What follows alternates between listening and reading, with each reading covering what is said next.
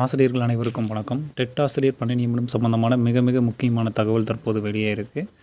அதாவது முதல்வருக்கு நன்றி தெரிவித்து ஆசிரியர்கள் கூட்டணி ஒரு பத்திரிகையை வெளியிட்டிருக்காங்க.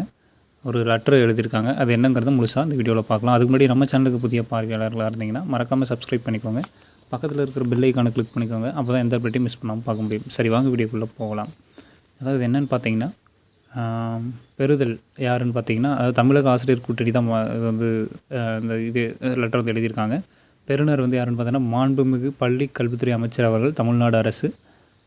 பெருமதிப்பிற்கும் போற்றுதலுக்கும் உரிய மாண்புமிகு பள்ளி கல்வித்துறை அமைச்சர் அவர்களுக்கு வணக்கம். தொடக்க கல்வி சார்நிலை பணி ஆசிரியர் தகுதி தேர்வு தொடர்பாக ஆசிரியர் சங்க பிரதிநிதிகள் கூட்டம் தமிழக ஆசிரியர் கூட்டணியின் சார்பில் முன்மொழிவுகள் சமர்ப்பித்தல் சார்பின் வெளியே இருக்குது. மாண்புமிகு தமிழ்நாடு முதலமைச்சர் அவர்களுக்கு நன்றிகளை தெரிவித்துக் கொள்கிறோம். உச்சநீதிமன்ற தீர்ப்பின் காரணமாக தமிழ்நாட்டு ஆசிரியர்களுக்கு ஏற்பட்டுள்ள பாதிப்புகளுக்கு தீர்வு காணும் வகையில் தமிழகத்தில் பணிபுரியும் ஆசிரியர்களுக்கு சிறப்பு தகுதி தேர்வினை அறிவித்துள்ள மாண்புமிகு தமிழ்நாடு முதலமைச்சர் அவர்களுக்கு தமிழக ஆசிரியர் கூட்டணியின் சார்பில் நெஞ்சம் நிறைந்த நன்றிகளை தெரிவித்துக் கொள்கிறோம்.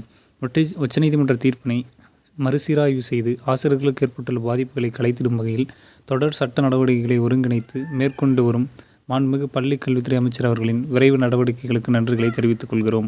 ஆசிரியர் தகுதி தேர்வில் இருந்து பணியில் இருக்கும் ஆசிரியர்களுக்கு முற்றிலும் விலக்களிக்கும் வகையில் கட்டாய கல்வி உரிமைச் சட்டம் 2009 சட்ட திருத்தம் செய்திட மத்திய அரசை வலியுறுத்தி தமிழ்நாடு சட்டமன்ற பேரவையில் சிறப்பு தீர்மானம் நிறைவேற்றிட மாண்புமிகு தமிழ்நாடு முதலமைச்சர் அவர்களை தமிழக ஆசிரியர் கூட்டணியின் சார்பில் பெரிதும் வலியுறுத்தி கேட்டுக்கொள்கிறோம் அப்படிங்கிற பத்திரிகை செய்தியை வெளியிட்டிருக்காங்க.